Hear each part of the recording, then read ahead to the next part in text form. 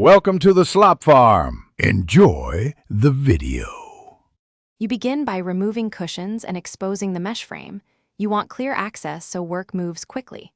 Once the frame is visible, unclip any fasteners with a flathead and use pliers to pull staples or knots free. This prevents tearing the frame. Measure the mesh precisely and mark the new panel with 1/2 inch seam allowance so it fits snugly when reattached. Make sure to lay the old mesh flat to copy stitch lines. This gives you an exact template for cutting. Now you cut the replacement mesh using the template from the old panel, keeping confident, steady cuts so the edges stay clean. Frayed edges can weaken the repair. Once cut, fold and sew 1/2 inch hems or apply adhesive binding to reinforce all sides. This prevents ripping when tensioned.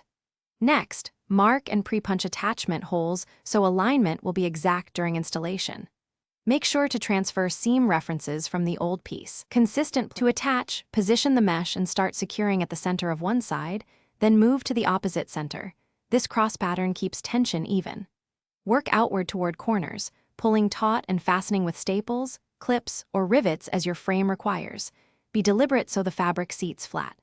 Trim excess and seal raw edges with fabric glue or a brief heat treatment if the material is synthetic.